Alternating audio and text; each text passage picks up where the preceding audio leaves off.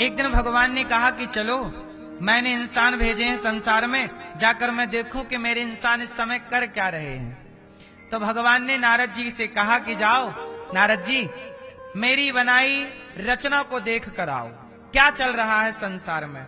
नारद जी आए, तो नारद जी आए तो क्या हुआ कि यहां क्या चल रहा था, आपस में लड़ाई चल रही थी, लोग लड़ रहे, इंसान की कॉलर पकड़ के तलवार लेकर मारने को तैयार था।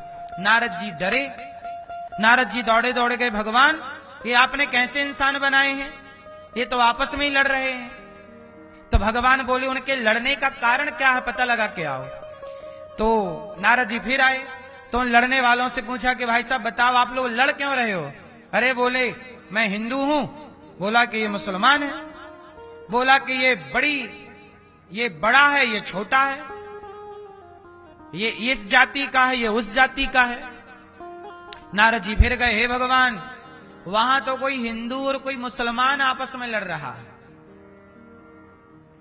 तो भगवान बोले कि ये हिंदू मुसलमान क्या है, सोचो कि ये हिंदू मुसलमान क्या है, ये भगवान को भी नहीं पता। भगवान बोले हमने क्या बनाए थे, इंसान। क्यों बनाए थे कि तुम एक दूसरे की हेल्प करो, मदद करो, काम आओ। इसलिए नहीं कि तुम एक दूसरे की गर्दन काट दो, इसलिए नहीं कि तुम एक दूसरे का खून बहाओ। अच्छा, तो एक दिन क्या हुआ, भगवान ही आ गए और भगवान ने आकर के संसार को छिप छिप के देखा। क्या देखा, कोई कह रहा था मैं ब्राह्मण हूं, कोई कह रहा था मैं क्षत्रिय हूं, कोई कह रहा था मैं वैश्य हूं, कोई कह रहा था मैं शूद्र हूं, कोई कह रहा था मैं बड़ा हूं, कोई कह रहा था ये छोटा है।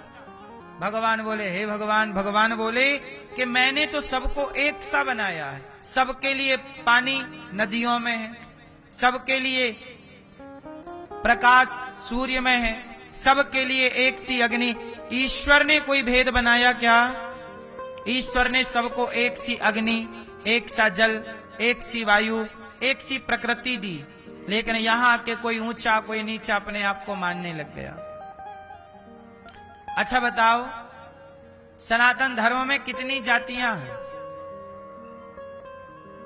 कितनी जातियां हैं, बहुत सारी जातियां। ये जातियां क्या हैं, जातियां बनी थी व्यवस्था के लिए, लेकिन आज इन्हीं जातियों के कारण लोग आपस में लड़ने को तैयार हैं, मरने को तैयार हैं। सनातनी कितने भाई हैं, आप लोग कितने भाई हो, क्यों आप कितने भाई हो, कितने, दो। आप कितने भाई हो, आप कितने भाई हो, दो। आप कितने भाई हो, अच्छा आप कितने भाई, आपके कितने भाई हैं, दो। आप कितने भाई, दो। अरे आप कितने भाई हैं, तीन। ये दादाजी आप कितने भाई चश्मा वाले, चार। सच बताओ हम कितने भाई हैं, हम सारे चार भाई हैं।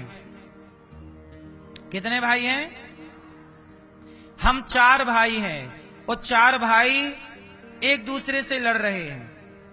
हम चार भाई कौन कौन हैं, ब्राह्मण, क्षत्रिय, वैश्य, शूद्र। हम चारों एक बाप की संतान हैं, हम चारों के पिता एक हैं, हम चारों भाई हैं, लेकिन आपस में लड़ रहे हैं। हम आपस में ना लड़ते तो हमें कोई मुगल अंग्रेज गुलाम थोड़ी बना सकते थे।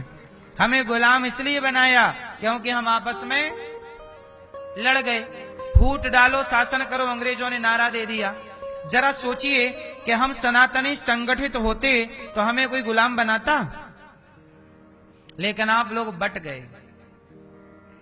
ब्राह्मण कोई जात नहीं है, ब्राह्मण एक व्यवस्था है। क्षत्रिय कोई जात नहीं है, क्षत्रिय एक व्यवस्था है। वैश्य कोई जात नहीं, वैश्य एक व्यवस्था है। शूद्र कोई जात नहीं है, शूद्र एक व्यवस्था है। ब्राह्मण क्या व्यवस्था है, ब्राह्मण व्यवस्था है कि पढ़ना और पढ़ाना, सबको पढ़ाने का काम ब्राह्मण का। देश की रक्षा करना, तलवार चलाना क्षत्रिय का काम। वैश्य का काम है पैसा लाके राज्य को, देश को मजबूत करना। और शूद्र का काम है कि वो ब्राह्मण का, क्षत्रिय का, वैश्य का, तीनों का साथ दे, तीनों के साथ खड़ा रहे, क्योंकि सबको एक सहयोगी की जरूरत पड़ती है। मैं कहीं भी कुछ भी काम करूंगा, मुझे एक सहयोगी की जरूरत पड़ेगी। डॉक्टर ऑपरेशन करेगा तो उसे एक सहयोगी की जरूरत पड़ेगी। बिना सहयोगी के कोई भी डॉक्टर ऑपरेशन नहीं कर सकता। सहयोगी के रूप में छोटा डॉक्टर हो सकता है, नर्सें हो सकती हैं, इत्यादि स्टाफ हो सकता है। बोलो हाँ, क्या बिना सहयोगी के काम हो सकता है? ऐसे ही ब्राह्मण का सहयोगी शूद्र है, क्षत्रिय का सहयोगी शूद्र है, वैश्य का सहयोगी शूद्र है। हम तीनों वर्णों का सहयोग कोई करता है तो शूद्र करता है। और हम चारों एक बाप की औलाद हैं, एक पिता की संतान हैं, लेकिन हमें ज्ञान ना होने से, ऊंच नीच का अभिमान आने से हम आपस में लड़के मर गए। और हमारी लड़ाई का फायदा अंग्रेजों ने उठाया कि भाई ये लड़ रहे हैं, चलो और लड़ाओ। लड़ते हुए को और लड़ाया जाता है। लड़ गए, आपस में बट गए, आपस में ना लड़े होते। अब बताओ, हमारे देश में राजा लोग आपस में ही लड़के मरे कि नहीं?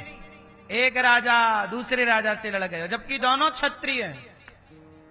बोलो हाँ कि ना? यदि आपस में ना लड़ते राजा, तो क्या सिकंदर आपको हरा सकता था? उत्तर दो।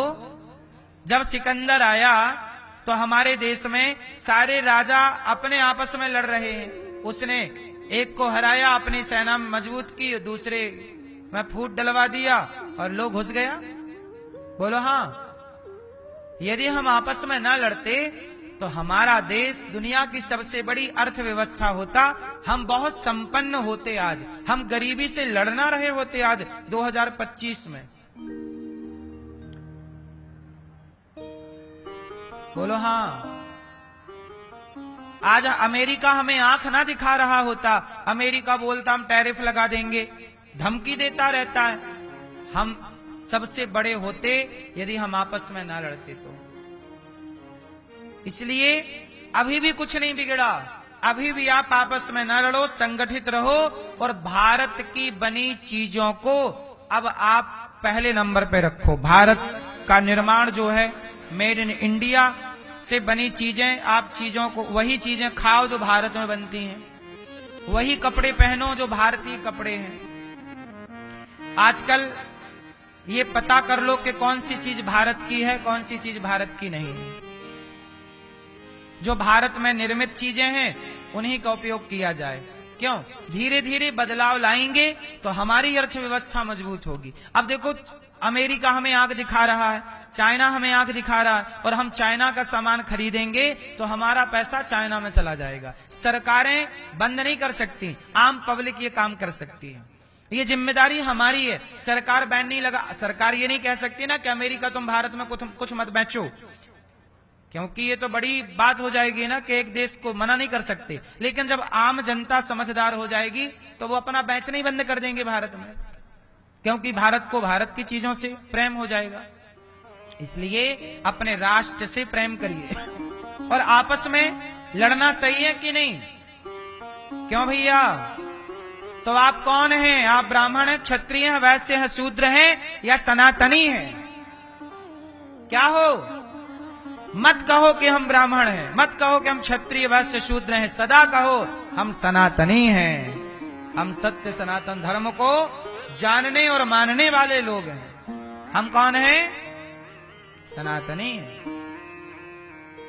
इसलिए मेरी मां, हम सबको संगठित होकर चलना और देखना कि हमारे भारत के हित में क्या है और भारत के हित में क्या नहीं है, क्योंकि इस समय हमारे देश पर संकट है।